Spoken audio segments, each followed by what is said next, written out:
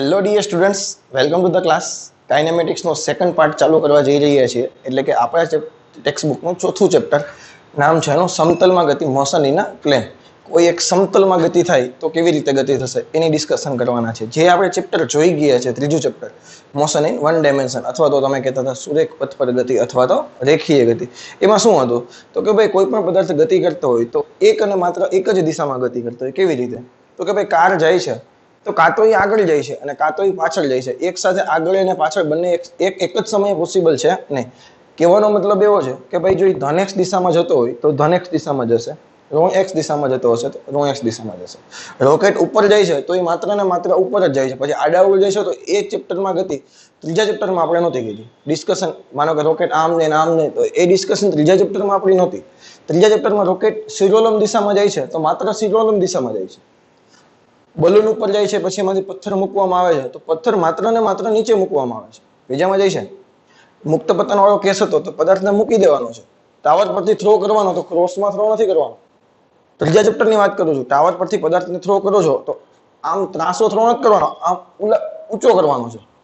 એટલે કે ધનવાય દિશામાં ગતિ કરાવવાની છે તો ધનવાય દિશામાં જ ગતિ કરવાની છે. પછી ત્રાસો પદાર્થ જાય તો એ ત્રીજા ચેપ્ટરનું કામ છે નહીં.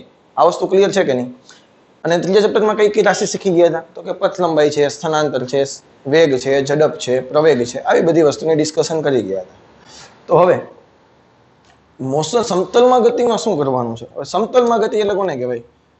સમતલ એટલે પહેલા તો 2 ડાયમેન્શન થાય તો તમને ખબર પડે કે નહીં. સમતલ 2 ડાયમેન્શનમાં જ હોય. આવી રીતે કોઈ પ્લેન, આ બોર્ડ છે એક પ્રકારનું સમતલ છે તો એને 2 એક્સિસ છે. એક એક્સ એક્સિસ છે અને એક વાય એક્સિસ છે. જો આ ત્રિપરિમાણીય બોર્ડ હોય તો હજી ત્રીજી એક્સિસ આ બાજુ આવે. એવું તો શક્ય છે નહીં, આપણા નસીબમાં નથી. હજી એવી ટેકનોલોજી આવી નથી કે ત્રિપરિમાણમાં આપણે ભણાવી શકું. હું તમને એમ કહેતો હોય કે ભાઈ એક માછલી છે એ ત્રિપરિમાણમાં ગતિ કરે છે તો મારે માછલીની ગતિ દર્શાવવી હોય તો હું પેન આમ આમ આમ ચલાવું, ઉપર જાય છે, બોર્ડમાંથી આવે છે અને આગળ જાય છે. જોયું તમે? માછલી આમ આમ આમ જાય છે, આમ આવી એટલે બારોબાર આવી, આગળ ગઈ અને ઉપર ગઈ. પણ એવા બોર્ડ તો આપણે નસીબમાં હજી અત્યાર સુધીમાં તો આવ્યા નથી કાંઈ. એટલે ત્રિપરિમાણીય ગતિ શીખવી થોડીક અઘરી છે. ઇમેજિનેશન પાવર જોઈએ. અત્યારે ડિસ્કશન કેની કરવાના છે? સમતલમાં ગતિ એટલે કે 2 ડાયમેન્શન ડિસ્કશન કરવાના છે. કેની ડિસ્કશન કરવાના છે? 2 ડાયમેન્શન. કોઈ પણ 2 અક્ષ, કાં તો એક્સ વાય લ્યો, કાં તો વાય ઝેડ લ્યો, અથવા તો ઝેડ અને એક્સ લ્યો. કેવી રીતે ગતિ થતી હશે? હું તમને એમ કહું કે કોઈ પદાર્થ ગતિ કરે છે, આવી રીતે ગતિ કરે. ચાલો, કોઈ પદાર્થ આવી રીતે ગતિ કરે છે તો તમે ધ્યાનથી જુઓ ને તો એના પ્રારંભમાં તમે એનું બિંદુ હતું, આ એના માટે x1 બિંદુ હતું, આ એના માટે y1 બિંદુ હતું, અને આ એનું અંતિમ સ્થાન છે કે જેના માટે x2 આટલા છે અને y2 આટલા છે.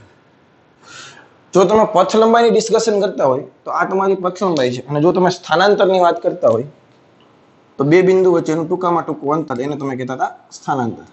આ તમારા માટે સ્થાનાંતર છે. તમે ધ્યાનથી જોયું કે આના આમ તમારે લખવા હોય તો x1 y1 લખી શકો અને આના આમ લખવા હોય તો x2 y2 લખી શકો. ક્લિયર છે? હવે બીજી એક વસ્તુ, જો કોઈ એક કાર ગતિ કરતી હોય, માનો કે 5 મીટર પ્રતિ સેકન્ડની સ્પીડથી ગતિ કરે છે તો માત્ર ને માત્ર ઉગમ બિંદુથી x અક્ષ પર જ ફેરફાર થાય. અત્યારે કાર અહીંયા છે, 5 મિનિટ પછી કાર અહીંયા હશે, 2 મિનિટ પછી કાર અહીંયા હશે, એના પછી નહીં. આ વસ્તુ ક્લિયર છે? તો આ એક પરિમાણ ગતિ છે કે જેમાં માત્ર ને માત્ર કોઈ એક જ અક્ષના મૂલ્યમાં ફેરફાર થાય છે. તો ધન એક્સ તો ધન એક્સ, ઋણ એક્સ તો ઋણ એક્સ. આયા એક્સ અક્ષ અને વાય યામ, એક્સ અક્ષનો યામ અને વાય અક્ષનો યામ બંને એક સાથે ચેન્જ થાય છે. તો આવી ગતિને કહેવાય 2 ડાયમેન્શન ગતિ. તમે કેરમ રમતા હોય, માનો કે આ કેરમ જ છે, બોર્ડને આડું કરી નાખો, તમે કાકરી મારો છો, કાકરીમાં અહીંથી આમ મારું તો કાકરી આમ ગઈ તો એક્સ અક્ષમાં પણ ફેરફાર થયો અને વાય અક્ષમાં પણ ફેરફાર થયો. તો કેરમની ગતિ છે એ દ્વિપરિમાણીય ગતિમાં આવે છે. માછલી ગતિ કરતી હોય તો આગળ જાય છે, ઉપર જાય છે અને આમે જાય છે તો એ ત્રિપરિમાણીય ગતિ કહેવાય. તો એના માટે ત્રીજી અક્ષની જરૂર પડે. બીજામાં જાય છે કે નહીં? તો દ્વિપરિમાણીય ગતિ અને ત્રિપરિમાણીય ગતિ થોડીક સમજવા માટે કોમ્પ્લિકેટેડ છે. એટલે એને સમજવા માટે આજે આપણે જે વસ્તુ શીખવાના છીએ એ છે સદિશ. શું શીખવાના છીએ? સદિશ, અથવા તો ઇંગ્લિશમાં કહેવાય વેક્ટર. શું શીખવાના છીએ આજે? વેક્ટર. આજના આખા લેક્ચરની ડિસ્કશન આપણી માત્ર ને માત્ર વેક્ટર ઉપર ડિપેન્ડ છે. આજે સદિશ શું છે એની આખી કુંડળી કાઢી નાખવાની છે, એની ટોટલી ડિસ્કશન આજે કરી નાખવાની છે કે ઇન ફ્યુચર ગમે ત્યારે સદિશ શબ્દ આપણે આવે તો આપણને કોઈ જાતનો પ્રોબ્લેમ આવવો જોઈએ નહીં. તો આજની આપણી ડિસ્કશનનો ટોપિક છે એ છે સદિશ. ચલો ક્લિયર છે. તો હવે શું શીખવાના છે એ આપણા મગજમાં આવી ગયું છે કે ભાઈ આપણે 2 ડાયમેન્શન ગતિ શીખવી છે, પણ 2 ડાયમેન્શન ગતિ ડાયરેક્ટ શીખી નથી શકતા, એટલે એના માટે આપણે વચ્ચે એક દલાલ રાખ્યો છે. એ દલાલનું નામ છે સદિશ. ચલો ક્લિયર. તો મેં બેઝિક ઓફ ફિઝિક્સના લેક્ચર લીધા હતા જ્યારે સ્ટાર્ટિંગમાં, ત્યારે મેં તમને 3 વસ્તુ બે વસ્તુ, એક ઘણી બધી એમાં તો ટોપિકની ડિસ્કશન કરી હતી, પણ એમાંથી એક ટોપિક હતી કે રાશિ છે એને તમે 2 પ્રકારે વર્ગીકરણ કરી શકો છો. એમાંથી એક નામ હતું સદિશ રાશિ અને એક નામ હતું અદિશ રાશિ. ચલો ક્લિયર છે કે નહીં? આ વસ્તુ કોની યાદ છે? 2 રીતે વર્ગીકરણ કર્યું હતું, એક હતું સદિશ અને એક હતું અદિશ. હવે અદિશ રાશિ કોને કહેવાય? તો કે એવી રાશિઓ કે જેને દર્શાવવા માટે માત્ર મૂલ્યની જરૂર પડે. આ વસ્તુ આપણને બધાને ખબર છે કે જે રાશિના સંપૂર્ણ વર્ણન કરવા માટે એનું બધી જ હિસ્ટ્રી તમારે કાઢી નાખવી હોય તો માત્ર ને માત્ર મૂલ્યની જરૂર પડે. જે રાશિના સંપૂર્ણ વર્ણન માટે માત્ર તેના મૂલ્યની જરૂર પડે તેવી રાશિને કહેવાય અદિશ રાશિઓ. હું વધારે લાંબુ નથી લખતો, તમે લખી શકો છો. તમને એક્ઝામ્પલ પર ખબર છે, યાદ કરો છે. ચાલો વિડીયો થોડી વાર પોઝ કરીને તમે યાદ કરો છે કે કેને ખાલી માત્ર મૂલ્ય હોય દિશા ના હોય એવું કોણ છે? કોણ છે? પહેલું તને ખબર પડી જાય છે પથ લંબાઈ, અથવા તો આને કહી દો તમે અંતર. પછી ઝડપ યાદ કરો, ત્રીજા ચેપ્ટરમાં શીખી ગયા ઝડપ પણ અદિશ રાશિ છે. અને આવી તો ઘણી બધી રાશિ શીખી ગયા હતા. એમાંથી એક લખું છું હું ઘનતા. સમયને દર્શાવવા માટે દિશાની જરૂર પડે? ન પડે. તાપમાનની દિશા હોય? ન હોય. તમારી દર્પણની બુકમાં દબાણ લખેલું છે, પરંતુ મેં તમને કીધું હતું દબાણ ના તો અદિશ કહેવાય ના તો સદિશ કહેવાય. દબાણ કેવું છે? કેટલાની યાદ આવે? દબાણ કેવું છે? ટેન્સરમાં આવે, ખબર ને? જો આને શું કહેવાય ઇંગ્લિશમાં? વેક્ટર ક્વોન્ટિટી કહેવાય. શું કહેવાય? Vector quantity. સ્કેલર સદિશ એટલે. અદિશ એટલે શું થઈ જાય? Scalar quantity. અને હજી એક એના સિવાયની છે, એ છે ટેન્સર ક્વોન્ટિટી. કેવી છે? Tensor quantity. તો કોને કહેતા હતા? એવી રાશિઓ આપણે સિલેબસમાં નથી કે જેને દિશા છે પરંતુ બધી જ દિશામાં દિશા છે, એને કહેવાય દબાણ, એને કહેવાય ટેન્સર ક્વોન્ટિટી. મેં તમને એક્ઝામ્પલ આપ્યું હતું, માનો કે ફુગ્ગો છે હવા ભરેલો, તો હવા છે ને બધી દિશામાં એને દબાણ લગાડતી હોય, અંદરના ભાગમાં બધી સપાટી પર દબાણ આવી રીતે લાગતું. તો દબાણ છે ને ટેન્સર ક્વોન્ટિટીમાં આવે, પણ આપણે સિલેબસમાં નથી. અને આપણે એને દબાણ છે એ અદિશ રાશિમાં ડિસ્કસ કરેલું છે, એટલે હું એના માટે માર્કર ચેન્જ કરી નાખું છું. દબાણ. ચલો ક્લિયર. આપણા મગજમાં કોન્સેપ્ટ તો છે જ કે દબાણ ટેન્સરમાં આવે છે, પરંતુ આપણી ટેક્સ્ટબુકમાં દબાણ અદિશમાં લખેલું છે. ચલો ક્લિયર. હવે સદિશ રાશિ કોને કહેવાય? તો કે જે રાશિને દર્શાવવા માટે અથવા તો જે રાશિના સંપૂર્ણ વર્ણન કરવા માટે બધી જ માહિતી ભેગી તમારે કરવી હોય તો ખાલી મૂલ્યથી કામ ચાલે નહીં. તમારે મૂલ્ય પ્લસ કેની જરૂર પડે? બીજી દિશાની પણ જરૂર પડતી હોય કે કઈ દિશામાં ગતિ કરે છે, તો એની પણ જરૂર પડતી હોય. તો એવી રાશિને કહેવાય સદિશ રાશિઓ. તમને એના પણ એક્ઝામ્પલ ખબર છે. સ્થાનાંતર છે એ સદિશ રાશિ છે. હું તમને એમ કહું 5 સેન્ટીમીટર મેં સ્થાનાંતર કર્યું અથવા તો 50 સેન્ટીમીટર સ્થાનાંતર કર્યું, તો કઈ બાજુ કર્યું ભાઈ? તો કે ધન એક્સ બાજુ કર્યું, ધન વાય બાજુ કર્યું. તો આ વસ્તુ ખૂબ અગત્યની છે. બીજામાં જાય કે નહીં? તો સ્થાનાંતર સદિશ રાશિમાં આવે, વેગ સદિશ રાશિમાં આવે, યાદ કરો.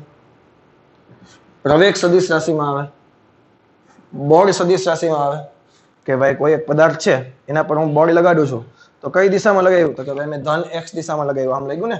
હું આવી રીતે બોર્ડ લગાડતો હોય તો કે ભાઈ મેં ધન વાય દિશામાં બોર્ડ લગાડ્યું. તો બોર્ડ છે કેટલા મૂલ્યનું લગાવો છો એ તો મહત્વનું છે જ, પરંતુ કઈ દિશામાં લગાવો છો એ પણ ખૂબ અગત્યની વસ્તુ છે. સ્થાનાંતર છે, વેગ છે, પ્રવેગ છે, બોર્ડ છે, આવી તો મોસ્ટ ઓફ રાશિ છે. વેગમાન છે, પણ પછી તો ઘણી બધી રાશિઓ ધીમે ધીમે આપણે શીખવાના જ છીએ. એટલે અત્યારે હાલ પૂરતી આપણે આટલી રાશિઓ રાખીએ છીએ. હવે જો આનું એક એક્ઝામ્પલ તમને આપું સિમ્પલ ભાષામાં કે ભાઈ માનો કે મારી પાસે કોઈ એક ચોરસ છે, 4 સેન્ટીમીટર લંબચોરસ છે. ચાલો એવું માની લઈએ આપણે 4 સેન્ટીમીટર બાય 6 સેન્ટીમીટર લંબચોરસ છે. આની મારે પરિમિતિ ગોતવી છે. શું ગોતવી છે? પરિમિતિ. ક્વેશ્ચન કંઈક આવો છે કે એક વ્યક્તિ 4 મીટર બાય 6 મીટર ના બગીચો છે એને ફરતે રાઉન્ડ લગાવે છે, એક ચક્કર કાપે એટલે કેટલું અંતર કાપે? સિમ્પલ આવા ક્વેશ્ચન પૂછ્યો. ચાલો, તો કેટલું અંતર કાપે મતલબ પરિમિતિ છે, અને પરિમિતિ કેટલી થાય? 6 આ છે તો 6 આ થાય, 6 ને 6 12, 12 ને 4 16, 16 ને 4 20. માનો કે 20 મીટરનું અંતર કાપે છે. હવે જે હું બોલું ધ્યાનથી સાંભળજો. હવે અહીં કઈ દિશામાં, અહીંથી આમ ક્લોકવાઇઝ દિશામાં ફરતો હોત કે એન્ટી ક્લોકવાઇઝ દિશામાં ફરતો હોય, ઘડિયાળની દિશામાં ફરે, સમઘડી અથવા તો વિષમ ઘડી, કઈ ફરક પડે? તો 20 ના 20 જ કપાવાના છે કે નહીં? એટલે આવી રાશિઓ છે, અપરિમિતિ કહું કે પથ લંબાઈ કહું, કે એને એના સરવાળા કરો, એના બાદબાકી કરો, કે એના ગુણાકાર કરો, એના ભાગાકાર કરો, બધા જ નોર્મલ તમારું જે બીજ ગણિત છે, તમને જે ગણિત આવડે છે 10મા ધોરણ લગીનું, એ ગણિતની મદદથી તમે આરામથી આના ગુણાકાર, ભાગાકાર, સરવાળા, બાદબાકી કરી શકો. એટલે કે અદિશ રાશિના તમારે સરવાળા, બાદબાકી, ગુણાકાર અને ભાગાકાર કરવા હોય તો સામાન્ય બીજ ગણિતથી કરી શકાય. સામાન્ય બીજ ગણિતથી કરી શકાય. એમાં કોઈ જાતનો કઈ ચેન્જ આવશે નહીં. હવે હું તમને એમ કહું કે મારે ઝડપ માપવી છે, તો ઝડપ એટલે શું થઈ ગયું? પથ લંબાઈના છેદમાં સમય. તો બેનો ભાગાકાર કરવો હોય તો કઈ મારે રોકેટ સાયન્સ લગાવવાની જરૂર નથી. સિમ્પલ કેલ્ક્યુલેશનમાં 50 ભાગ્યા 5 કરો એટલે 10 મીટર પ્રતિ સેકન્ડ જવાબ આવી જાય. તો ઝડપ ફાઇન કરો, ઘનતા કરો, સમય કરો, તાપમાન કરો, પણ પાછું ઓલું ભૂલાય નહીં કે સમાન ભૌતિક રાશિના સરવાળા બાદબાકી થાય. બીજું ચેપ્ટર પાછું યાદ આવવું જોઈએ કે સમાન ભૌતિક રાશિ હોય તો સરવાળા બાદબાકી થાય. આના કોઈ દી સરવાળા બાદબાકી ન થાય. 5 કિલો બટેટા 3 મીટર ડિસ્ટન્સ, આના સરવાળા ન થાય. બીજામાં જાય કે નહીં? સમાન ભૌતિક રાશિના જ સરવાળા બાદબાકી થાય. ગુણાકાર અને ભાગાકાર તો ગમે તે ભૌતિક રાશિના થાય. એ વસ્તુ પાછી ભૂલાય નહીં. બાકી એના સામાન ગુણાકાર, ભાગાકાર, સરવાળા, બાદબાકી છે એ તમે નોર્મલ જેવી રીતે કરતા હતા એવી જ રીતે અદિશ રાશિમાં તમે કરી શકો છો. પરંતુ સદિશ રાશિમાં આ તમારી પાસે સ્કોપ છે નહીં. આ બધી વસ્તુ તમારે કરવા માટે સ્પેશિયલ સદિશ માટેનું જે ગણિત છે, સદિશ માટેના જે કંઈ નિયમો છે એ બધા જ નિયમોનું તમારે શીખવા પડશે. કારણ કે તમારા માટે નવું છે. આ બધી જ વસ્તુ શીખવા માટે તમારે સદિશો માટેના જે કંઈ નિયમો છે એ બધા જ નિયમો તમારે શીખવા પડશે, જે આપણે શીખવાના છીએ. તો હવે પેલા બેમાં મેજર ડિફરન્સ શું? હું તમને એમ કહું, જો આ બંને વસ્તુનું મૂલ્ય સમાન છે, તમે ધ્યાનથી વિચારો કે કોઈ એક પરિમાણમાં જ ગતિ થતી હોય, એક જ દિશામાં ગતિ થતી હોય, તો ઝડપ અને વેગ બંને સમાન થાય. બોલા હા કે ના? આ વસ્તુ ચેકી નાખો. હવે જે હું બોલું છું ને ધ્યાનથી સાંભળો. મેં તમને ત્રીજા ચેપ્ટરમાં એક વસ્તુ શીખવાડી છે. કાં તો પથ લંબાઈ છે એ સ્થાનાંતર જેટલી હોય અથવા તો એના કરતા મોટી હોય. આ કોને યાદ આવે છે?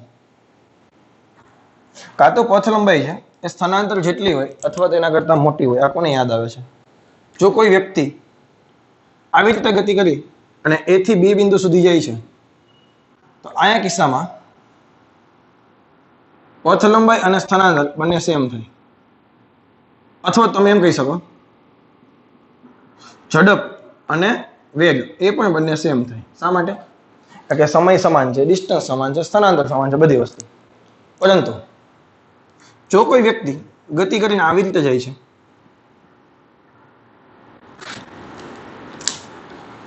તો આ એની પથ લંબાઈ છે. જ્યારે આ બ્લેક માર્કર વડે જે દર્શાવું છું, બે બિંદુ વચ્ચેનું ટૂંકામાં ટૂંકું અંતર, એ એનું સ્થાનાંતર છે. તો અહીંયા ચોખ્ખું દેખાય છે પથ લંબાઈ છે એ સ્થાનાંતર કરતા મોટી છે, અથવા તો તમે એમ કહી શકો કે એની ઝડપ છે એના વેગ કરતા મોટી છે. ચલો, આ વસ્તુ ક્લિયર છે કે નહીં? તો હવે ઝડપ અને વેગ જો એક જ દિશામાં ગતિ થતી હોય તો ઝડપ અને વેગ બંને સમાન થાય કે નહીં? હવે ઝડપની સંજ્ઞા છે એ પણ તમે v લખો છો, અને વેગ છે એની પણ સંજ્ઞા તમે v લખો છો. તો સર આમાં ખબર કેમ પડે કે કઈ ઝડપ છે ને કઈ વેગ છે? એ તો તમે બોલ્યા સર, ડાબી બાજુની ઝડપ છે ને જમણી બાજુની વેગ છે. એ કોડા એમ ન હોય. તો આને હવે અલગ કેવી રીતે કરવું? તો કે ભાઈ જે સદિશ છે આમાં ઝડપ છે કેવી છે? અદિશ છે. વેગ છે સદિશ છે. હું તમને એમ કહું કે ભાઈ મારે લખવી છે ઝડપ બરાબર, હું ખાલી એમ લખી નાખું 5 મીટર પ્રતિ સેકન્ડ, અને હું v બરાબર લખી નાખું 5 મીટર પ્રતિ સેકન્ડ ધન x દિશામાં. હવે તમને ખબર પડી કે આમાં કઈ સ્પીડ હશે ને કઈ વેલોસિટી હશે? આને માત્ર મૂલ્ય છે. તો આ ઝડપ જ હોવી જોઈએ અને આ દિશા સહિત છે, તો આ વેગ જ હોવો જોઈએ. તો સર આવું લાંબુ ટેક્સ્ટ બુક વાળા લખે ટેક્સ્ટ બુક વાળા તો બહુ હોશિયાર છે, ટેક્સ્ટ બુક વાળા તો લખે જ નહીં આવું લાંબુ લાંબુ. ટેક્સ્ટ બુક વાળા શું કરે, જે સદિશ હોય ને એને આવું ઘાટું ઘાટું દર્શાવી દે. કેવી રીતે દર્શાવી દે? ઘાટું ઘાટું. તમારી ટેક્સ્ટ બુકમાં જોજો, જેટલા જેટલા ઘાટા ઘાટા અક્ષર છે ને એ બધા સદિશ માટેના છે. બોર્ડ દર્શાવવું હોય તો બોર્ડ આમ દર્શાવે. તો આપણે કઈ પરીક્ષામાં ઘાટું ઘાટું કરવાનો ટાઈમ છે? હું તમને કહું F બરાબર 10 ન્યૂટન. તો આપણે આવું ઘાટું ઘાટું કરવાનો ટાઈમ તો આપણી પાસે છે નહીં. બોલ્ડ અક્ષર કરવાનો, અને આપણી પાસે કોમ્પ્યુટરની જેમ સિસ્ટમ નથી કે ભાઈ સિલેક્ટ કરો અને બોલ્ડ દબાવી દો એટલે ઘાટા થઈ જાય. આપણે શું કરીએ છીએ, આનો એની ઉપર તીર દર્શાવી દેવાનું. આ તીર છે ને એ બીજું કાંઈ નથી, એ સદિશ બતાવે છે. શું બતાવે છે? સદિશ બતાવે છે. આપણી પાસે રસ્તો છે કે ભાઈ ઘાટું ઘાટું કરવાનો આપણી પાસે ટાઈમ નથી, તો એના ઓપ્શનમાં શું કરવું કે પેપર સેટર સમજી જાય, તો એના ઓપ્શનમાં એવું કરવાનું કે ભાઈ નોર્મલ એફ લખતા હોય એવો એફ લખીને એની ઉપર શું કરી દેવાનું? તીર. તો આને શું વચાય? સદિશ એફ. શું વચાય? સદિશ એફ. પણ મને ટેવ એવી છે અને તમને પણ ટેવ એવી જ પડશે કે આને વાંચશું આપણે એફ વેક્ટર. શું વાંચશું? ઇંગ્લિશમાં લખો એફ વેક્ટર. વેક્ટર એફ કરતા એફ વેક્ટર અને સદિશ એફ ગમે તે રીતે તમે વાંચી શકો છો. આ વસ્તુ ભેજામાં ગઈ કે નહીં? આ એરો છે એ હવે ઘણા એમ થાય સર તમે તો અત્યારે તો પદાર્થ જમણી બાજુ જાય છે એટલે તમે જમણી બાજુ એરો લખ્યો હશે ને. હવે આ પદાર્થ છે આમ ડાબી બાજુ જતો હોય તો એફ ની ઉપર એરો આમ મારત ને? નહીં હો ભાઈ, આમ કઈ એરો દર્શાવવાની જરૂર નથી. આ તીર જમણી બાજુ દોરો એનો મતલબ એમ થાય સદિશ છે. પછી પદાર્થ ગમે તે દિશામાં જતો હોય, એ પદાર્થ આમ જતો હોય ને તો એ એફ તો આમ જ કરવાનો. હું તમને એમ કહું કે ભાઈ કોઈ પદાર્થ આવી રીતે છે, એના ઉપર બળ સર આપણે આમ ક્રોસમાં નીચે લગાવીએ તો એફ ની ઉપર એરો ક્રોસમાં કરવાનો? નહીં હો, એરો ક્રોસમાં કરવાની જરૂર નથી. એરો તો ખાલી સદિશ દર્શાવવા માટે થાય અને એ હંમેશને માટે જમણી બાજુ કરવાનો આવે છે. કઈ બાજુ કરવાનો આવે છે? ઘણા બધા સ્ટુડન્ટના મનમાં ડાઉટ હોય કે ભાઈ સર અત્યારે તો પદાર્થ જમણી બાજુ જાય તો જમણી બાજુ એરો, ડાબી બાજુ જાય તો ડાબી બાજુ એરો, ઉપર જાય તો ઉપર એરો. એવું કંઈ છે નહીં. જે દિશામાં પદાર્થ ગતિ કરતો હોય એની સાથે કાંઈ લેવા દેવા છે નહીં. એને દર્શાવવા માટે એરો કઈ બાજુ લખાવાનો? જમણી બાજુ. કે સદિશ એફ છે. ચલો આ વસ્તુ ક્લિયર થઈ ગઈ. સદિશને દર્શાવાય કેવી રીતે? તો કે ભાઈ એફ વેક્ટર. ચલો આ વસ્તુ તારા મગજમાં બેસાડવાની છે. તમારી ટેક્સ્ટબુકમાં જેટલા ઘાટા અક્ષર છે બધા કેવા છે? સદિશ છે. હવે થોડુંક નવું કંઈક શીખીએ પાછું.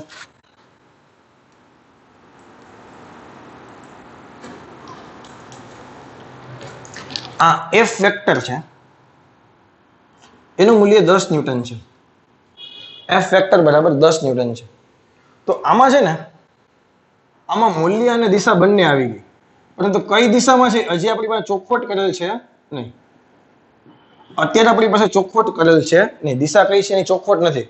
પણ હું તને એમ કહી દઉં કે એફ વેક્ટર બરાબર ધન એક્સ દિશા. તો હવે તારી પાસે ચોખવટ છે કે આની દિશા કઈ છે? તો કે ધન એક્સ દિશામાં છે. અને દરેક વખતે ધન એક્સ દિશા લાંબુ લાંબુ લખવું પણ નથી. એના માટેનો પણ આપણી પાસે રસ્તો છે. મેં તમને ઓલરેડી કાઇનેમેટિક્સના પહેલા લેક્ચરમાં કીધું હતું, ધન એક્સને દર્શાવવા માટે આઈ કેરેટ વપરાય, યાદ કરો. પરંતુ અત્યારે એની વાત નથી કરતો, પછી પાછું તને કહીશ. હવે આનું મૂલ્ય લખવું હોય ને તો કાં તો તમે ખાલી એફ વેક્ટરમાં તો મૂલ્ય અને દિશા બંને આવી ગયું. જો તમારે માત્ર મૂલ્ય જોતું હોય તો એ સદિશ એફ છે ને એની બે બાજુ માનાંક લગાવી દો, બે બાજુ ફિલ્ટર લગાવી દો. ફિલ્ટર એટલે કે માનાંક જ છે. અથવા તો તમે ખાલી એફ લખો તો તમને ખબર છે, હું ખાલી વી લખું તો આપણે ખબર પડી જાય ઝડપ જ હોવી જોઈએ અથવા તો વેગનું મૂલ્ય હોવું જોઈએ. ખાલી વી લખું કાં તો ઝડપ છે અને કાં તો વેગનું મૂલ્ય છે. આ વસ્તુ ક્લિયર છે કે નહીં? તો એફ વેક્ટર છે બરાબર એફ લખો બરાબર 10 ન્યૂટન લખો. તો આ શું થઈ ગયું? સદિશનું મૂલ્ય થઈ ગયું. અહીં લખી નાખજો એક્ઝામ્પલ કરીને. આ શું થઈ ગયું? સદિશનું મૂલ્ય થઈ ગયું. અહીં લખેલું જ છે. અને એની દિશા તમારે લખવી હોય તો પર્ટિક્યુલર આ એક્ઝામ્પલ મોટી તો એક્સ દિશામાં. હજી એક એક્ઝામ્પલ આપો. તમને એમ કીધું વેગ V vector is equal to 10 metre પ્રતિ સેકન્ડ ધન વાય દિશામાં. તો આનું મૂલ્ય લખવું હોય ને તો મૂલ્ય દર્શાવવા માટે બે સંજ્ઞાનો ઉપયોગ કરી શકો તમે. કાં તો ખાલી વી લખો, કાં તો માનાંકમાં વી વેક્ટર લખી નાખો ઇઝ ઇક્વલ ટુ 10 મીટર પ્રતિ સેકન્ડ. અને જો આની દિશા લખવી હોય તો દિશા કઈ છે? તો કે ધન વાય દિશામાં. હવે બીજામાં ગયું કે કોઈ પણ સદિશનું મૂલ્ય લખવું હોય તો સદિશને કેમાં પેક કરી દેવાનો? માનાંકમાં પેક કરી દેવાનો. બોલો આમાં કઈ ડાઉટ છે કે નહીં? તો આ બધી વસ્તુ બેઝિક વસ્તુ છે પણ બહુ કામની છે. કેટલી વસ્તુની વાત કરી? સદિશ રાશિઓ અને અદિશ રાશિઓ. સદિશને દર્શાવવાનો કેવી રીતે? તો કે જે રાશિ સદિશ હોય એની ઉપર તીર મૂકી દેવાનું. એનું મૂલ્ય લખવું હોય તો કે એફ વેક્ટર છે તો માનાંકમાં બેસાડી દો. તો ખાલી એફ લખી નાખો. એવું માની લેવાનું કે આ ફિલ્ટર છે ને આ સદિશને દૂર કરી નાખે. આ ફિલ્ટર એવી વસ્તુ છે કે સદિશને ખાઈ જાય. આ ફિલ્ટર એવી વસ્તુ છે કે તીરને ખાઈ જાય. બીજામાં જઈ કે નહીં? તો ખાલી એફ લખો અથવા તો એફ વેક્ટર લખો. બધી વસ્તુ એફ છે. એ વેક્ટર હોય આવી રીતે તો આના બરાબર એ લખો. બધું એકનું એક જ છે. બી વેક્ટર બરાબર ખાલી બી લખો. બધી વસ્તુ એક જ છે. બટ ખાલી સી વેક્ટર લખેલું હોય તો સમજવાનું આની પાસે મૂલ્ય પણ છે, આની પાસે દિશા પણ છે. ચલો આ વસ્તુ બીજામાં ગઈ કે નહીં? હવે આ બધી વસ્તુને થોડીક આગળના લેવલ પર લઈ છે. આ બેઝિક ઇન્ફોર્મેશન હતી કે ભાઈ સદિશ છે. હજી તો શા માટે ભણીએ છીએ એ આપને ખબર જ નથી કે સદિશ છે એને 2 ડાયમેન્શનમાં ક્યાં યુઝ કરશો જેને આપને ખબર છે નહીં. પણ પહેલા સદિશ શું છે એ આખું ચેપ્ટર શીખી લઈએ. ચેપ્ટર મતલબ એક લેક્ચરનો સદિશ ચાલવાનું છે. પછી આપણે નેક્સ્ટ લેક્ચરમાં એને 2 ડાયમેન્શન મોશન એટલે કે સમતલમાં ગતિમાં એને એપ્લાય કરશું કેવી રીતે એ પછીની વાત છે. તો આજના લેક્ચરમાં પહેલા સદિશ શું છે એ જ વસ્તુ શીખવાની છે. અહીંયા સુધી ડિસ્કશન ક્લિયર હોય તો હવે હું આને આગળના લેવલ પર લઈ જાઉં છું. તો હવે જો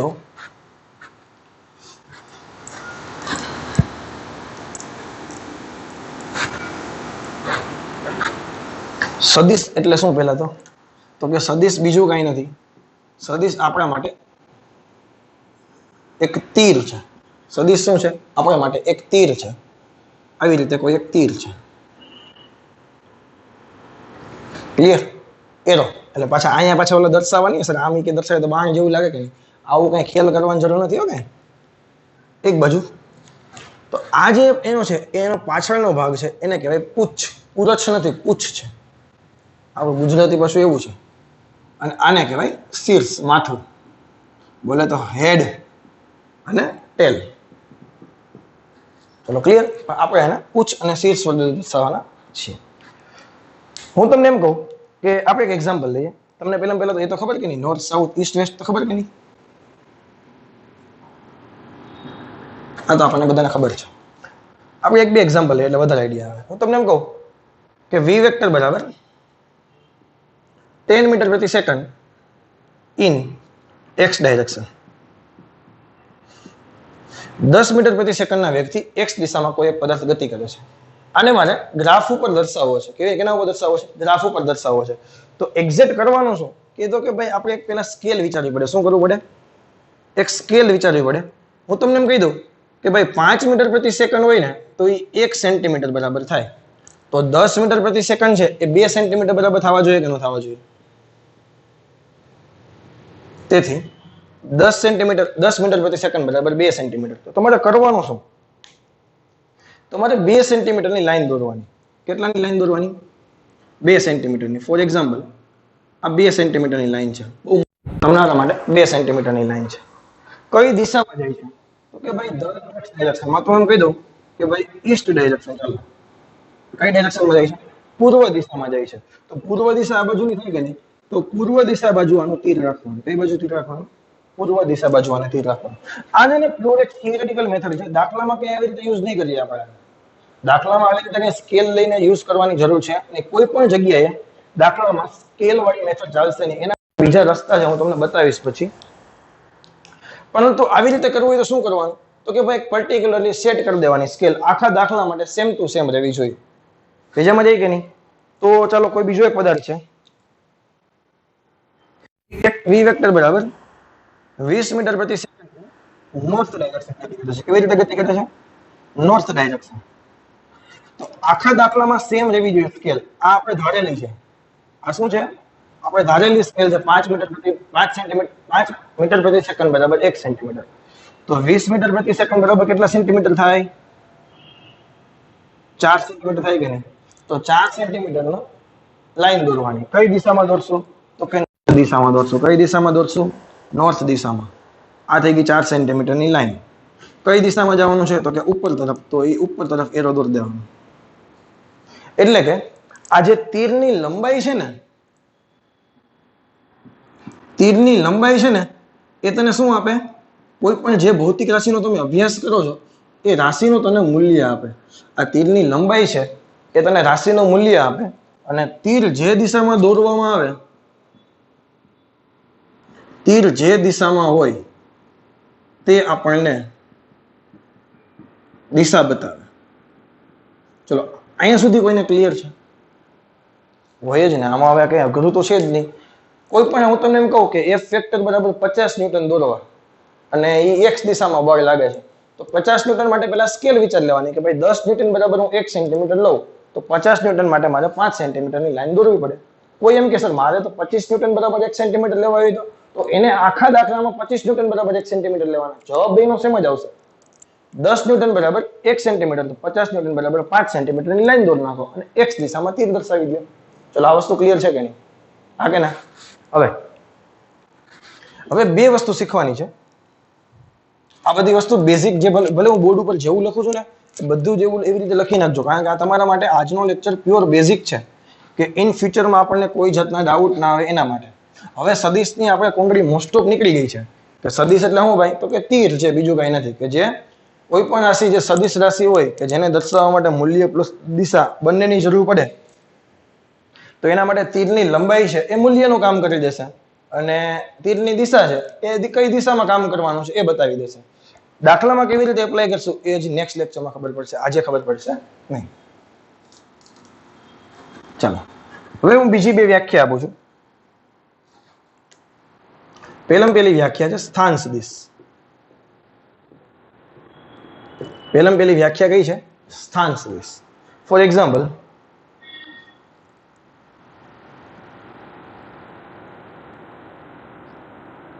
આપણા માટે ઉગમ બિંદુ છે, કોઈ એક કણ છે આવી રીતે ગતિ કરે છે,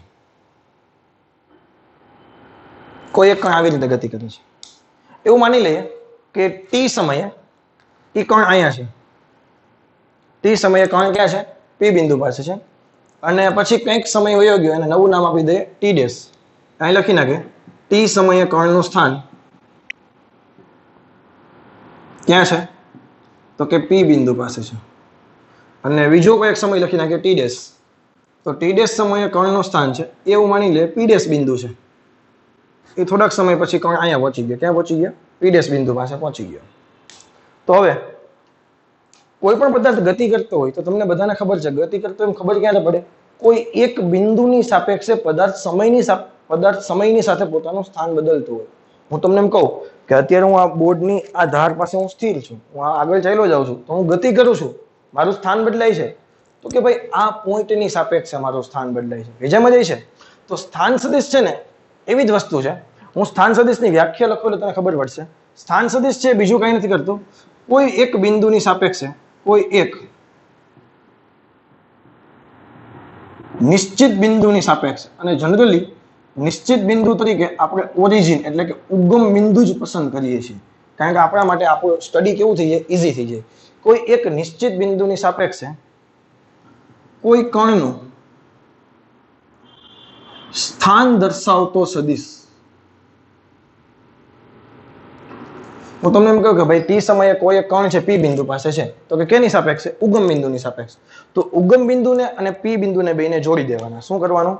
ઉગમ બિંદુને અને પી બિંદુને જોડી દેવાના.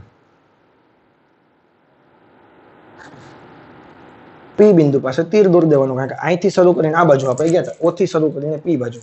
તો આને વચાય શું? આને વચાય નિશ્ચિત બિંદુ એટલે ઓરિજિન.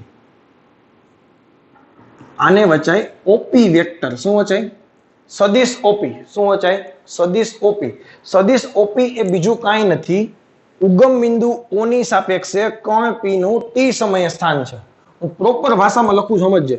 ઓપી વેક્ટર છે એ બીજું કાંઈ નથી, ઉગમ બિંદુ ઓ ની સાપેક્ષે ટી સમયે કર્ણનું સ્થાન દર્શાવે છે. શું દર્શાવે છે? કર્ણનું સ્થાન દર્શાવે છે. ભેજામાં ગયું કે નહીં? તો ઓપી ટી ડેશ સમયે ક્યાં હતો? તો કે પી બિંદુ પાસે હતો.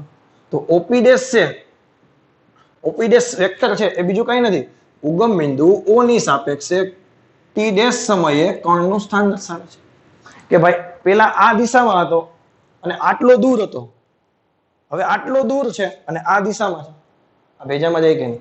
તો કોઈ પણ કર્ણનું સ્થાન દર્શાવતો સદિશ કોઈ એક ચોક્કસ બિંદુની સાપેક્ષે કોઈ કર્ણનું સ્થાન દર્શાવતો સદિશ એટલે સ્થાન સદિશ. જેવું નામ એવી વ્યાખ્યા. કોઈ એક ઉગમ બિંદુની સાપેક્ષે કોઈ કર્ણનું સ્થાન દર્શાવતો સદિશ એને કહેવાય સ્થાન સદિશ. ભેજામાં જાય કે નહીં? હજી સ્થાન સદિશ કાલના લેક્ચરમાં પાછો લેશું આપણે. આને આપણે આર વેક્ટર વડે દર્શાવવું હોય તો પણ દર્શાવી શકીએ. આના માટે આપણે સંજ્ઞા યુઝ કરીએ આર ડેશ વેક્ટર કે ઓપી વેક્ટર છે એની લંબાઈ કેટલી છે તો કે આર ઓપી વેક્ટરને શોર્ટ ભાષામાં દર્શાવવું હોય તો આર વેક્ટર વડે દર્શાવી દઈએ આપણે. આ વસ્તુ ક્લિયર છે કે નહીં? તો સ્થાન સદિશ છે એ તમને મૂલ્ય પણ આપે. આ તીરની લંબાઈ છે એ તમને મૂલ્ય આપી દેશે અને તીર કઈ દિશામાં છે એ તમને દિશા આપી દેશે. દર્પણમાં વાંચજો એટલે તમને હું જે કઈ બધી વસ્તુ બોલું છું એ તમે આરામથી દર્પણમાંથી એક લાઈન સમજી શકશો. તમને એક પણ લાઈનમાં ડિફિકલ્ટી નહીં આવે. ઇવન એનસીઆરટી માંથી તમે પહેલા એનસીઆરટી માંથી રિવિઝન કરવાનું, એમનો આખું ફકરા વાંચી જવાના બધા, પછી દર્પણમાંથી ક્વેશ્ચન વાઇઝ વાંચી જવાના. તમને કોઈ પણ જગ્યાએ પ્રોબ્લેમ નહીં આવવા દઉં. આ તીરનું મૂલ્ય છે તમને દિશા તમને અંતર દર્શાવે છે કે પેલા ભાઈ આટલો દૂર હતો અને આ દિશામાં હતો, હવે આટલો દૂર છે અને દિશા પણ એની બદલી ગઈ છે. આ વસ્તુ ક્લિયર છે કે નહીં? બોલો આ કે ના? હવે જેવી રીતે સ્થાન સદિશ છે એવી રીતે સ્થાનાંતર સદિશ છે. કેવી રીતે?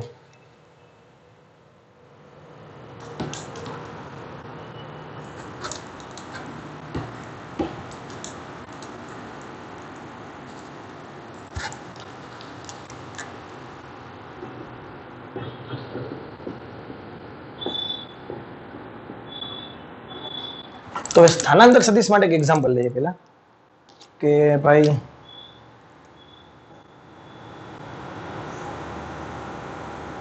ચલો આવું કઈક એક્ઝામ્પલ લીધું છે. આવું કઈ એક્ઝામ્પલ લઈએ આપણે. અહીંથી કર્ણ ગતિની શરૂઆત કરી. આ આપણા માટે પી બિંદુ હતું. ટી સમયે કર્ણ પી નું સ્થાન, ટી સમયે કર્ણનું સ્થાન ક્યાં છે? પી બિંદુ પાસે. ટી સમયે કર્ણનું સ્થાન છે પી પાસે અને ટી ડેશ સમયે કર્ણનું સ્થાન છે પી ડેશ પાસે. અંતિમ સ્થાન અહીંયા છે, આને નામ આપી દઈએ પી ડેશ. તો પહેલા તો પી બિંદુ અને પી ડેશ બિંદુનો સ્થાન સદિશ દોરી નાખીએ. આ તમે દોરું અહીંથી હું આ, તો આ શું આપે મને? OP vector. ઓપી વેક્ટર શું આપે? કર્ણ પી નું સ્થાન આપે. ઓ ડેશ પી વેક્ટર શું આપે મને? ઓપી ડેશ મને શું આપે? કર્ણનું અંતિમ સ્થાન દર્શાવતો સદિશ છે. આ પ્રારંભિક સ્થાન છે, આ અંતિમ સ્થાન છે.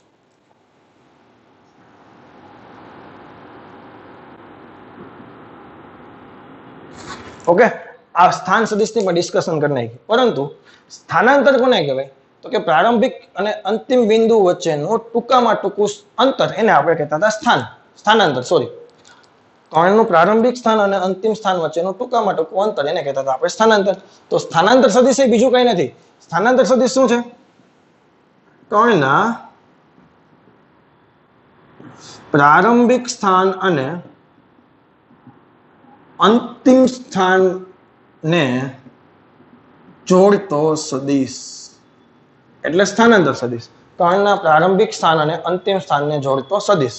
તો ભાઈ પ્રારંભિક સ્થાન અને અંતિમ સ્થાનને જોડી દઉં તો સર હવે તમને થાય એમ કે સર તમે જોડી તો દીધા, હવે એરો કઈ બાજુ રાખવાનો? તો કે પ્રારંભિક સ્થાન હોય ને કર્ણનું પ્રારંભિક સ્થાન ત્યાં એની રાખવાની પૂછ અને અંતિમ સ્થાન હોય ત્યાં રાખવાનું શીર્ષ. આપણી ભાષામાં કહીએ તો પ્રારંભિક સ્થાન પી બિંદુ છે, અંતિમ સ્થાન પી ડેશ છે, તો તીર આ બાજુ દર્શાવવાનું.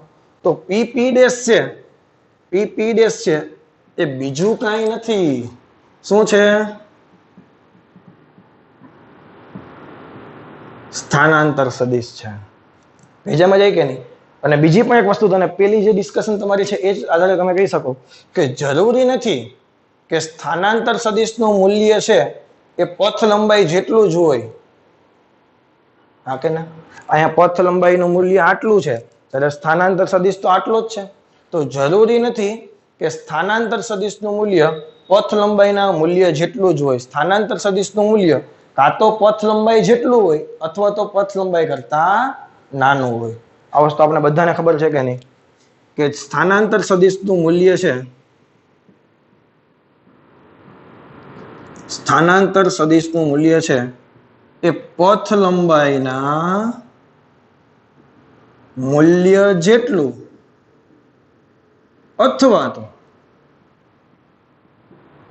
તેનાથી નાનું હોય.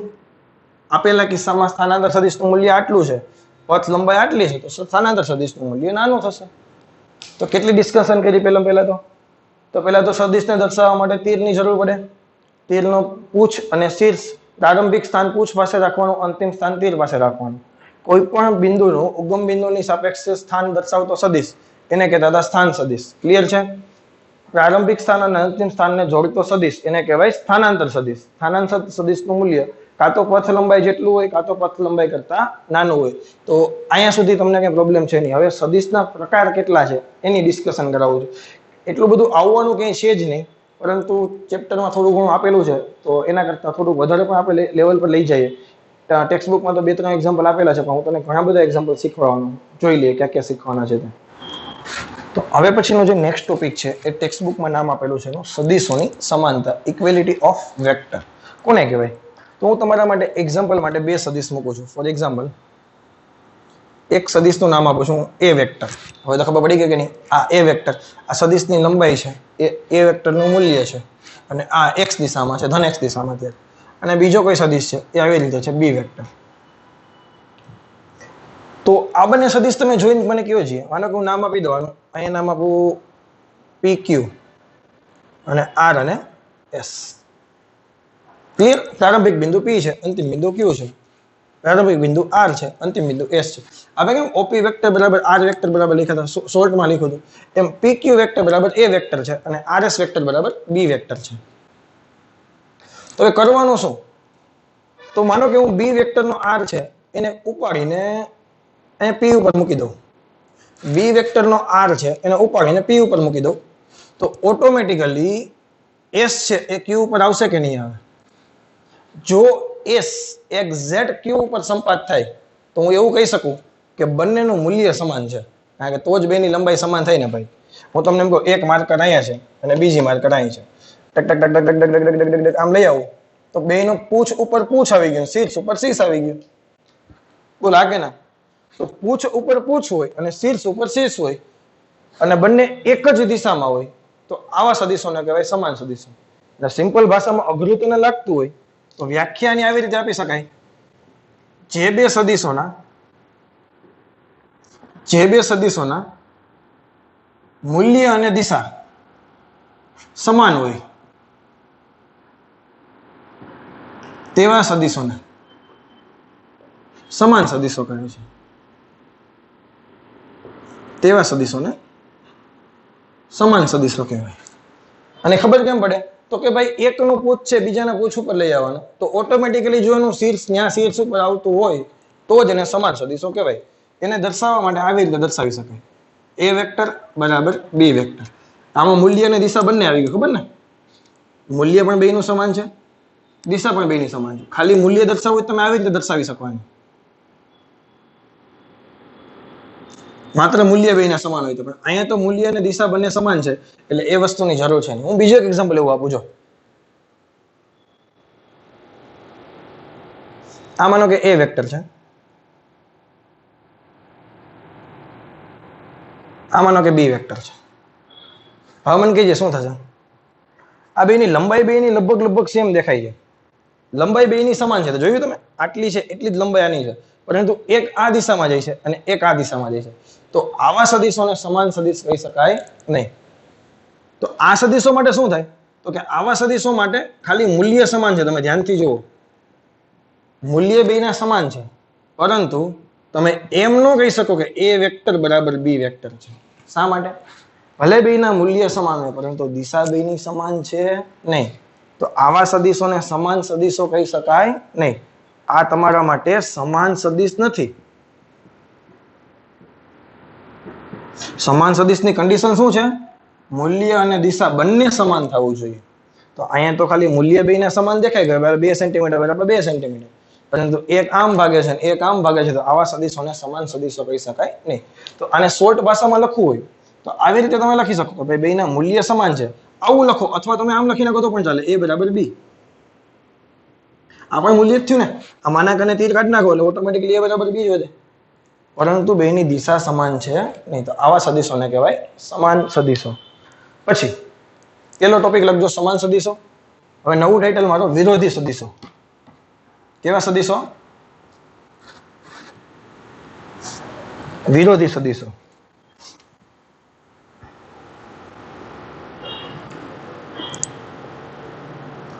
એક સદીશ આમ જાય છે, એક સદીશ આમ જાય છે. બંને સદીશોના મૂલ્ય સમાન હોવા જોઈએ, પરંતુ દિશા બે પરસ્પર એક્ઝેક્ટ કેટલાના એંગલ હોવી જોઈએ? 180 ના એંગલ હોવી જોઈએ. દિશા પરસ્પર વિરુદ્ધ હોવી જોઈએ. એક ઉત્તર દિશામાં જતો હોય તો એક દક્ષિણમાં જવો જોઈએ, એક પૂર્વમાં જતો હોય તો પશ્ચિમમાં જવો જોઈએ, પરંતુ બેના મૂલ્ય કેવા હોવા જોઈએ? સમાન હોવા જોઈએ. એટલે આને વિરોધી સદીશો કહેવાય. દર્શાવે કેમ? એ વેક્ટર બરાબર બી વેક્ટર, પરંતુ નિશાની કેવી? માઇનસ. આ માઇનસ શું બતાવે? આ માઇનસ શું બતાવે? કે બેની દિશા કેવી છે? વિરુદ્ધ છે, એ દર્શાવે. બાકી બેના મૂલ્ય તો સમાન છે કે નહીં? તો વિરોધી સદીશની વ્યાખ્યા બોલી જાઉં છું, લખાવતો નથી, કે જે બે સદીશોના મૂલ્ય સમાન હોય પરંતુ દિશા પરસ્પર વિરુદ્ધ હોય એવા સદીશોને કહેવાય વિરોધી સદીશો. પછી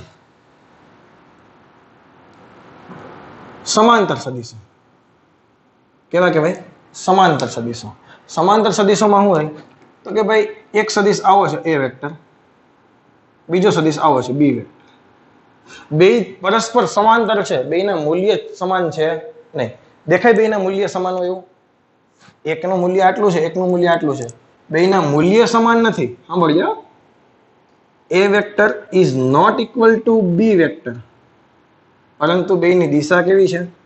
સમાન. અને બંને વચ્ચેનો એંગલ કેટલાનો બનતો હોવો જોઈએ? 0 ડિગ્રી. તમે ધ્યાનથી જુઓ, જે બે સદીશો એક જ દિશામાં હોય પરંતુ મૂલ્ય સમાન ના હોય તો એવા સદીશોને કહેવાય સમાંતર સદીશો. પછી હું તને એક સેન્ટેન્સ લખાવું છું. પ્રતિ સમાંતર સદીશ કોને કહેવાય?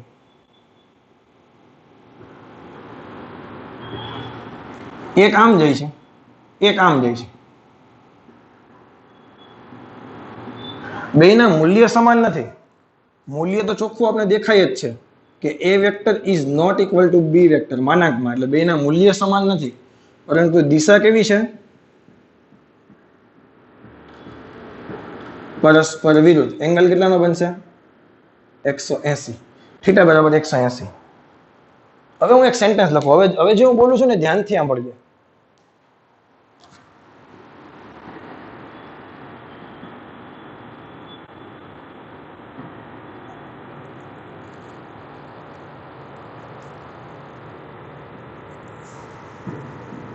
આ મેં લખેલું છે એ સમાન સદીશ છે કે સમાંતર સદીશ છે? આ મેં દોરેલું એક્ઝામ્પલ સમાન સદીશમાં આવે કે સમાંતર સદીશમાં આવે? તો પેલા 50% લોકો તો એમ જ કહે કે સર સમાન સદીશમાં તો આવે જ. સર સમાંતર સદીશમાં ન આવે. સમાંતર સદીશમાં તો બેના મૂલ્ય સમાન ના હોય ને. સાંભળજો, આ સમાંતર સદીશમાં પણ આવે. જે બે સદીશો વચ્ચેનો એંગલ 180 ડિગ્રી હોય એવા સદીશોને કહેવાય સમાંતર સદીશો. સર તમે અહીંયા એક્ઝામ્પલ આપ્યું એ તો આવું આપ્યું હતું. હવે મેં તને કન્ફ્યુઝ કરવા માટે એટલા માટે આપ્યું છે કે તમે પ્રોપર સમજી શકો, અને તમારે મેં એક વખત ભૂલ એટલા માટે તને કરીને બતાવું છું કે તું બીજી વખત ન કરે. ભેજામાં જાય કે નહીં? હવે સાંભળજો, હવે હું વ્યાખ્યા બદલાવું છું સમાંતર સદીશોની. સાંભળજો, હવે તારા મગજમાં બધું બેસી ગયું. સમાંતર સદીશની વ્યાખ્યા એટલે બીજું કાંઈ નથી કે જે બે સદીશો વચ્ચેનો, ઓલું મેં તારા મગજમાં એક કન્ફ્યુઝ સરસ મજાનું કરી દઈશ. આ ગજનું સમાનમાં કેમ આવ્યું? આ તો બેની દિશા તો બેની અલગ અલગ હતી, તોય સમાંતર કેમ? સોરી, બેની દિશા સમાન હતી, મૂલ્ય તો બેના અલગ અલગ આવ્યા, તોય કીધું કેમ સમાંતર કહેવાય? સમાંતર સદીશો કોને કહેવાય? તો કહેવાય જે બે સદીશો વચ્ચેનો ખૂણો 0 ડિગ્રી હોય, અથવા એમ કહી શકું જે બે સદીશો એક જ દિશામાં હોય એવા સદીશોને કહેવાય સમાંતર સદીશ. પછી જરૂરી નથી કે બેયના મૂલ્ય સમાન હોય. એક આવડો હોય અને એક આવડો હોય તો પણ ચાલે. બેયની દિશા ખાલી સમાન હોવી જોઈએ. મૂલ્ય બેયના સમાન હોય એવું જરૂરી છે નહીં. આ કિસ્સામાં બેયના મૂલ્ય સમાન છે, આ કિસ્સામાં બેયના મૂલ્ય સમાન છે નહીં. તો પ્રતિ સમાંતરની વ્યાખ્યા આપવી હોય તો શું આપી શકાય?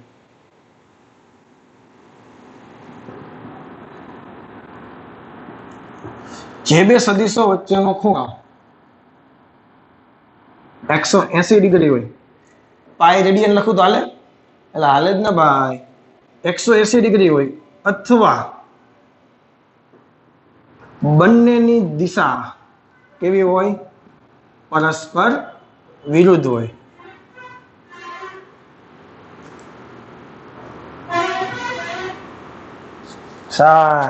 આ સમાન સદિશ છે, સમાંતર સદિશ પણ છે. આ તો પ્યોર સમાંતર સદિશ છે. વિરોધી સદિશ છે, પ્રતિ સમાંતર સદિશ છે, માત્ર પ્રતિ સમાંતર સદિશ છે. હવે હું એક સ્ટેટમેન્ટ લખું ને, હવે તમે સરસ મજાની રીતે પચાવી શકશો. સમાન સદિશો એ સમાંતર સદિશો કહેવાય, પરંતુ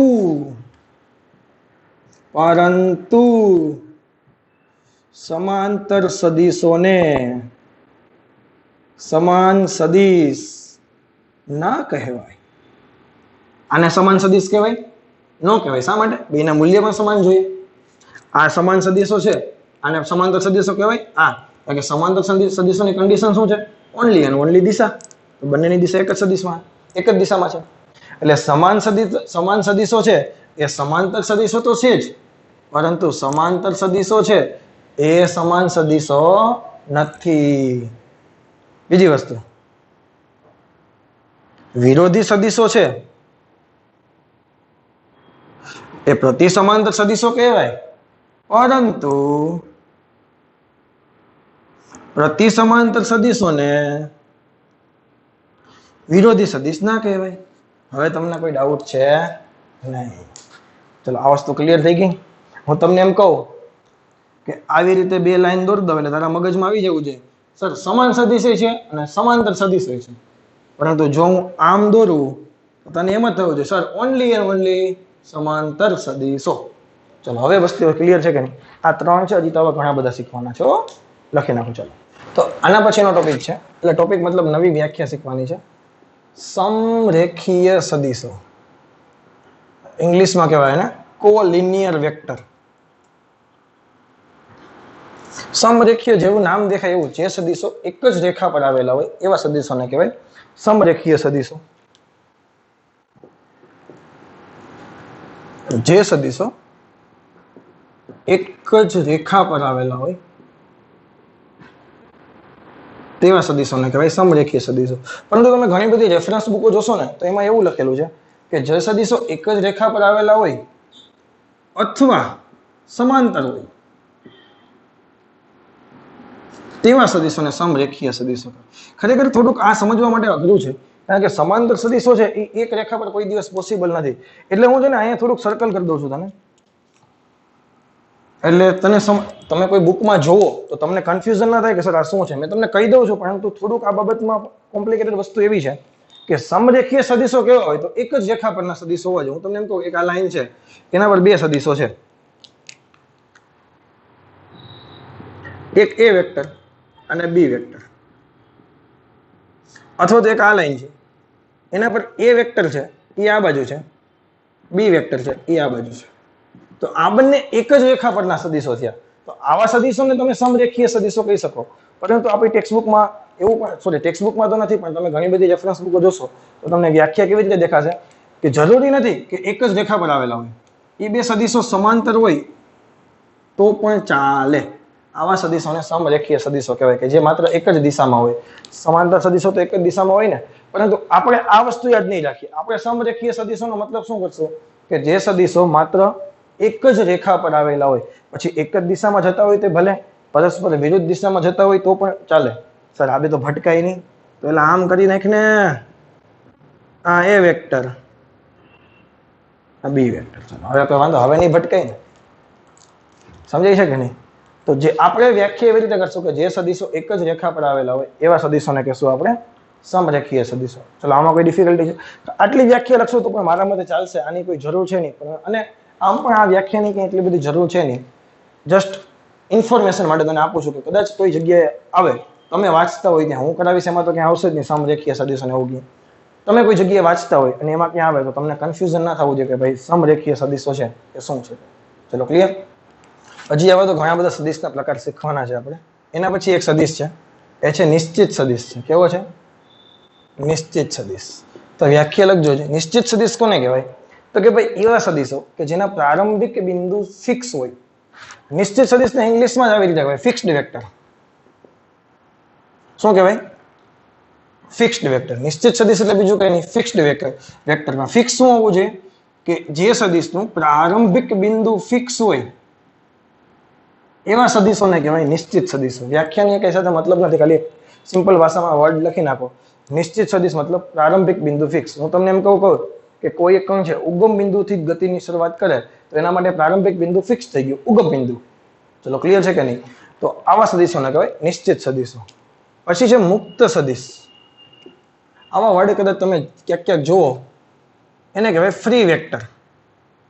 કે જે સદીનું પ્રારંભિક બિંદુ છે એવા સદિશો કે જેનું પ્રારંભિક બિંદુ ફિક્સ્ડ નથી, જેનું પ્રારંભિક બિંદુ ફિક્સ નથી એવા સદિશોને કહેવાય મુક્ત સદિશો. કે જેના માટે પ્રારંભિક બિંદુ ફિક્સ ના હોય, ક્યાંથી ગતિની શરૂઆત કરે છે તમે ડાયરેક્ટ તમે કહી શકો નહીં. ત્યારબાદ છે સમતલ્ય સદિશો.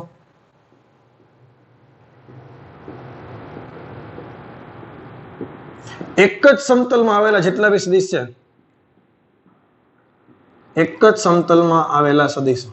ફોર એક્ઝામ્પલ, આપણો બોર્ડ છે એ એક સમતલ જ છે, આપણને ખબર છે. આ સમતલમાં હું ગમે એટલા સદિશ દોરું, આ બધા સદિશો એક જ સમતલમાં આવે. હું આમ દોરું, આમ દોરું, આમ દોરું, એની સાથે એને કાંઈ લેવા દેવા ન હોય.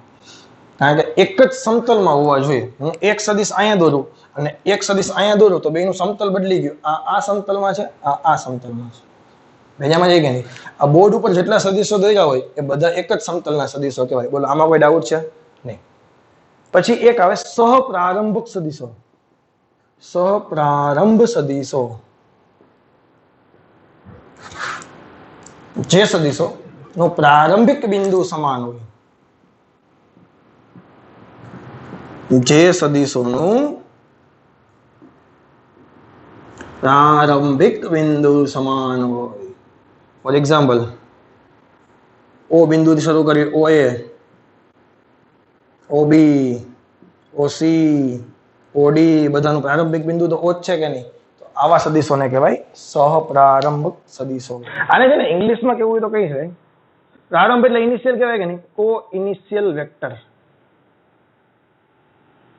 અને એક આના જેવું આવે, અહીંયા બધાના પૂછ મળે છે. એવી રીતે જો બધાના શીર્ષ મળતા હોય, હું તમને એમ કહું કે આ બિંદુ આગળ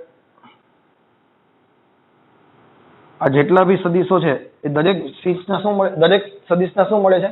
શીર્ષ મળે છે. તો એવા સદિશને કહેવાય કોટર્મિનસ.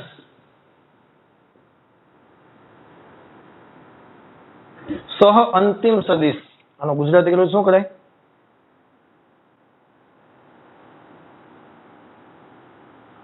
જે સદિશોના શીર્ષ એક બિંદુએ મળતા હોય, જે સદિશોના શીર્ષ એક જ બિંદુએ મળતા હોય એવા સદિશોને કહેવાય કોટર્મિનસ વેક્ટર. ક્લિયર છે? તો આજના લેક્ચરમાં કેટલી બધી ડિસ્કશન કરી નાખી. સદિશની આ બધી વ્યાખ્યા છેલ્લે લખાવી ને નકામી છે, ક્યાંય કામમાં આવશે. રેર કેસમાં તમને રકમમાં આવું લખેલું હશે, બાકી રકમમાં પણ આવા શબ્દનો યુઝ કરેલો હશે નહીં. આપણા માટે મેઇન વસ્તુ હતી કે એવી રાશિઓ કે જે રાશિને મૂલ્ય અને દિશા બને છે તો એને દર્શાવી કેવી રીતે? તો એને સદિશની મદદથી દર્શાવે. સદિશ એટલે એક પ્રકારનો તીર કે જેનું પ્રારંભિક બિંદુ છે એને કહીએ ઉચ્ચ, અંતિમ બિંદુ એને કહીએ શીર્ષ. જ્યાંથી શરૂઆત થઈ હોય ત્યાં પૂછ રાખવાનું, અંતિમ બિંદુ હોય ત્યાં શીર્ષ રાખવાનું. ક્લિયર છે? સદિશની લંબાઈ છે એ તીરની લંબાઈ છે એ રાશિના મૂલ્ય જેટલી હોય, અને તીરની દિશા છે એ રાશિ આપણે કઈ દિશામાં આગળ વધે છે એ દર્શાવે છે. પછી સમાન સદિશો, વિરોધી સદિશો, પ્રતિ સમાંતર સદિશો, સમાંતર સદિશો, એક રેખસ્થ સદિશો, નિશ્ચિત સદિશો, મુક્ત સદિશો, સમતલ્ય સદિશો, સહપ્રારંભ સદિશો, અંતિમ સદિશો, આવી ઘણી બધી વ્યાખ્યા જોઈ ગયા. સ્થાન સદિશ અને સ્થાનાંતર સદિશ જોઈ ગયા. તો મારે આજના લેક્ચરમાંથી આ બધું બેઝિક વસ્તુ છે એ તારા મગજમાં હોવી જોઈએ. નેક્સ્ટ લેક્ચરથી હું તને સદિશોના સરવાળા અને બાદબાકી કેવી રીતે થાય એ આપણે સ્ટાર્ટ કરી દેશું. અને ચેપ્ટરનો આઈએમપી ટોપિક નેક્સ્ટ લેક્ચરથી શરૂઆત કરવાના છીએ કે જે ઇન ફ્યુચરમાં ઘણી બધી જગ્યાએ ઉપયોગ થવાનો છે. તો આજના લેક્ચરમાં જે કંઈ બેઝિક વસ્તુ કરાવી એ તારા મગજમાં હોવી જોઈએ. ઓકે, આશા રાખું છું કે આમાં કોઈ ડિફિકલ્ટી હશે નહીં. Thank you very much. Have a nice